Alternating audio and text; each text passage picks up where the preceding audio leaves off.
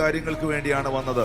ഒന്ന്, നിങ്ങൾ പാർക്കുന്ന നിങ്ങളുടെ വീട് ഒരു സ്വർഗമാക്കാൻ. രണ്ട്, നിങ്ങളുടെ മരണാനന്തരം സ്വർഗം നിങ്ങളുടെ വീടാക്കാൻ. സ്വർഗത്തിലെ ദൈവത്തിന്റെ ഇഷ്ടമാണ് ഭൂമിയിലെ എൻ്റെ ജീവിതത്തിൽ, എൻ്റെ വീട്ടിൽ നടക്കേണ്ടത്. നിങ്ങളുടെ ഭവനത്തിന് വിരോധമായി, നിങ്ങളുടെ കുഞ്ഞുങ്ങളുടെ ഉയർച്ചയ്ക്ക് വിരോധമായി, നിങ്ങളുടെ സാമ്പത്തിക അഭിവൃദ്ധികൾക്ക് വിരോധമായി, നിങ്ങളുടെ സമാധാനത്തിന് വിരോധമായി പൈശാചിക ലോകം എത്ര വലിയ കെട്ടിയാലും, എത്ര വലിയ താഴിട്ട് പൂട്ടിയാലും അതിനെ പൊളിച്ചു കളയുന്ന ദൈവപുത്രന്റെ കരം, അതിനെ തകർത്ത് കളയുന്ന യേശുവിന്റെ കരം ഇന്ന് പകലിൽ ചലിക്കട്ടെ.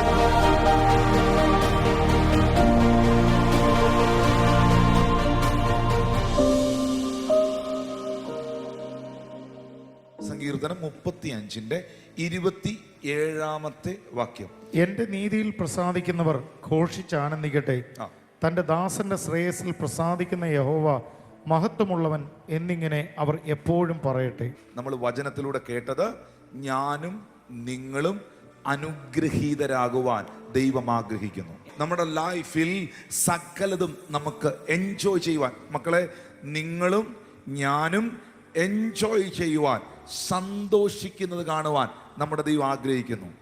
അതുകൊണ്ടാണ് ബൈബിളിൽ പലയിടത്തും പല സന്ദർഭങ്ങളിലും രേഖപ്പെടുത്തിയിട്ടുള്ളത്, കർത്താവിൽ എപ്പോഴും സന്തോഷിപ്പീൻ, സന്തോഷിപ്പീൻ എന്ന് ഞാൻ പിന്നെയും നിങ്ങളോട് പറയുന്നു. കർത്താവിൽ എപ്പോഴും സന്തോഷിപ്പീൻ, സന്തോഷിപ്പീൻ എന്ന് ഞാൻ പിന്നെയും നിങ്ങളോട് പറയുന്നു. കാരണം പിശാച് ആഗ്രഹിക്കുന്നത് നിങ്ങൾ ദുഃഖിക്കുന്നത് കാണുവാനാണ്. ശത്രു ആഗ്രഹിക്കുന്നത് നിങ്ങൾ നിരാശപ്പെട്ടിരിക്കുന്നത് കാണാനാണ്. പക്ഷെ എൻ്റെ ദൈവം ആഗ്രഹിക്കുന്നത് നിങ്ങളുടെ വീട്ടിൽ, നിങ്ങളുടെ ലൈഫിൽ, നിങ്ങളുടെ ജീവിതത്തിൽ നിങ്ങൾ സന്തോഷിക്കുന്നതും സൗഖ്യത്തോടെ സമാധാനത്തോടെ ഇരിക്കുന്നത് കാണുവാനുമാണ്. കരങ്ങളെ ഉയർത്തി ദൈവത്തിന് സ്തോത്രം ചെയ്തേ. ലൂക്കാസ് വിശേഷം 22:35 വാക്യത്തിൽ യേശു കർത്താവ് ശിഷ്യന്മാരോട് പറയുന്ന ഒരു കാര്യമുണ്ട്. മടിശീലയും പൊക്കണവും ചെരുപ്പും കൂടാതെ ഞാൻ നിങ്ങളെ അയച്ചപ്പോൾ നിങ്ങൾക്ക് എന്തിനെങ്കിലും കുറവുണ്ടായോ? ശിഷ്യന്മാർ പറയുന്നു, and they said nothing. ഒരു കുറവും ഉണ്ടായില്ല. ശിഷ്യന്മാരെന്താ പറഞ്ഞേ? അവർ പറയുകയാണ്, ഒരു കുറവും ഉണ്ടായില്ല. ഇവിടെ ഇരിക്കുന്ന ദൈവമക്കളോട് ഞാൻ പറയുന്നു, ഞാൻ സേവിക്കുന്ന കർത്താവ് നമുക്ക് കുറച്ചു കളയുന്നവനല്ല, നമുക്ക് കുറവുകൾ വരുത്തുന്നവനല്ല. നമ്മുടെ ജീവിതത്തിലെ ശൂന്യതകളുടെ നടുവിലും അവൻ അത്ഭുതങ്ങൾ ചെയ്യുന്ന ദൈവമാണ്. ദൈവത്തെ അങ്ങനെയാണ് നിങ്ങൾ കാണേണ്ടത്. സ്വർഗസ്ഥനായ ഞങ്ങളുടെ പിതാവേ എന്ന് തുടങ്ങുന്ന പ്രാർത്ഥനയിൽ, വിശുദ്ധ മത്തായിയുടെ സുവിശേഷത്തിനകത്ത് യേശു കർത്താവ് ആ പ്രാർത്ഥന പഠിപ്പിക്കുമ്പോൾ, മത്തായി 6:9 മുതൽ യേശു കർത്താവ് ആ പ്രാർത്ഥന പഠിപ്പിക്കുമ്പോൾ, ആ പ്രാർത്ഥനയിൽ യേശു കർത്താവ് ഉൾപ്പെടുത്തിയ 2 കാര്യങ്ങളുണ്ട്. പ്രധാനമായും, സ്വർഗത്തിലുള്ളത് ഞങ്ങളുടെ പിതാവാണ്. നിങ്ങൾ ദൈവത്തെ കാണേണ്ടത്, നിങ്ങൾ ദൈവത്തെ മനസ്സിലാക്കേണ്ടത് നിങ്ങളുടെ അപ്പായായിട്ടാണ്, നിങ്ങളുടെ അപ്പനായിട്ടാണ്. ഹല്ലേലൂയ. പ്രിയമുള്ളവരെ, പലരും ദൈവത്തെ കാണുന്നത് ഭയങ്കര ഭയത്തോടെയാണ്. ഭയം വേണ്ടെന്നല്ല ഞാൻ പറയുന്നത്. നമ്മളെ ജനിപ്പിച്ച് നമ്മളെ വളർത്തിയ ഒരു അപ്പൻ നമുക്കുണ്ട്. ആ അപ്പൻ്റെ ഉപദേശങ്ങളും ആ അപ്പനും നമുക്ക് നമ്മുടെ അകത്തൊരു നല്ല ഭയം തരും. അല്ല, നമ്മളെ പേടിപ്പിക്കുന്നവനല്ല നമ്മുടെ അപ്പൻ. ഈ ലോകത്തിലെ അപ്പന്മാരുമായിട്ട് പലപ്പോഴും സ്വർഗത്തിലെ അപ്പനെ നമുക്ക് കമ്പയർ ചെയ്യാൻ പറ്റില്ല. സ്വർഗത്തിലെ അപ്പനെ കമ്പയർ ചെയ്യാൻ പറ്റില്ല. ദോഷികളായ നിങ്ങൾ നിങ്ങളുടെ മക്കൾക്ക് നല്ല ദാനങ്ങളെ കൊടുക്കുന്നു എങ്കിൽ സ്വർഗസ്ഥനായ നിങ്ങളുടെ പിതാവ് തന്നോട് യാചിക്കുന്നവർക്ക് നന്മ എത്ര അധികമായി കൊടുക്കും എന്നാണ് എഴുതിയിരിക്കുന്നത്.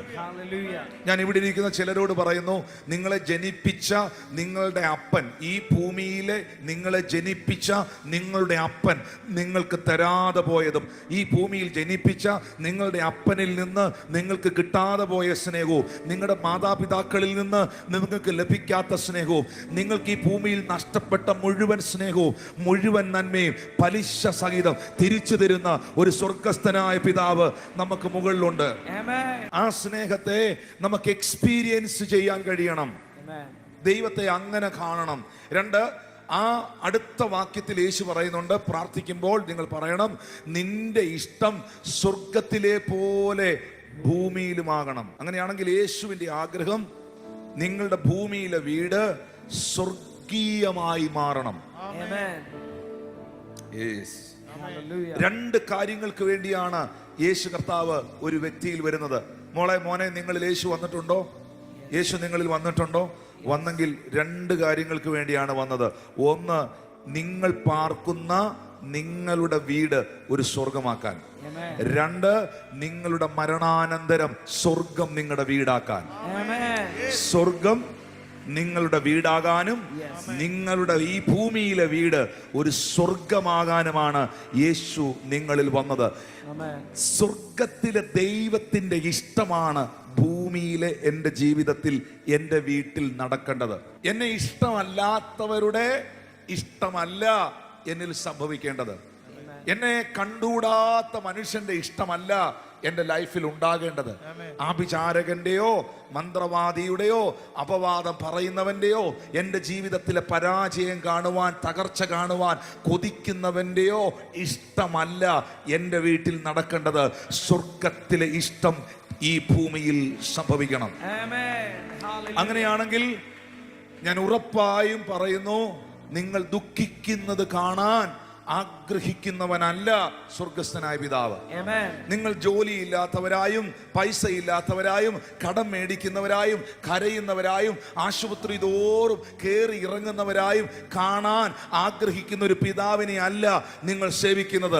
അത് മുഴുവൻ നിങ്ങളുടെ ജീവിതത്തിൽ കൊണ്ടുവരുന്നത് പൈശാചിക ലോകമാണ്. അതാണ് യേശു പറഞ്ഞത്, ഞാൻ വന്നത് നിങ്ങൾക്ക് ജീവൻ ഉണ്ടാകാനും സമൃദ്ധിയായ ജീവൻ ഉണ്ടാകുവാനുമാണ്. എന്നാൽ സാത്താൻ എന്താ ചെയ്യുന്നത്? അറക്കുവാനും മുടിക്കുവാനും മോഷ്ടിക്കുവാനും അല്ലാതെ കള്ളൻ വരുന്നില്ല. നിങ്ങളുടെ ജീവിതത്തിലെ പല നന്മകളെയും പിശാച് മോഷ്ടിച്ചുകൊണ്ട് പോയില്ലേ? നിങ്ങളുടെ കുടുംബ ജീവിതത്തിന്റെ ഐക്യതയെ അവൻ അറുത്തു കളഞ്ഞില്ലേ? നിങ്ങളുടെ സ്വസ്ഥതകളെ അവൻ ഇല്ലാതെയാക്കിയില്ലേ? എന്നാൽ ദൈവപുത്രനായ യേശു ഈ ഭൂമിയിൽ വന്നത്, ബൈബിൾ പറയുന്നു, പിശാചിന്റെ പ്രവർത്തികളെ അഴിക്കുവാനാണ്. പിശാചിന്റെ പ്രവർത്തികളെ അഴിക്കുവാനാണ്. നിങ്ങളുടെ ഭവനത്തിന് വിരോധമായി, നിങ്ങളുടെ കുഞ്ഞുങ്ങളുടെ ഉയർച്ചയ്ക്ക് വിരോധമായി, നിങ്ങളുടെ സാമ്പത്തിക അഭിവൃദ്ധികൾക്ക് വിരോധമായി, നിങ്ങളുടെ സമാധാനത്തിന് വിരോധമായി പൈശാചിക ലോകം എത്ര വലിയ കെട്ടിട്ട് കെട്ടിയാലും, എത്ര വലിയ താഴിട്ട് പൂട്ടിയാലും അതിനെ പൊളിച്ചു കളയുന്ന ദൈവപുത്രന്റെ കരം, അതിനെ തകർത്ത് കളയുന്ന യേശുവിന്റെ കരം ഇന്ന് പകലിൽ ചലിക്കട്ടെ എന്ന് പ്രാർത്ഥിക്കുന്നു.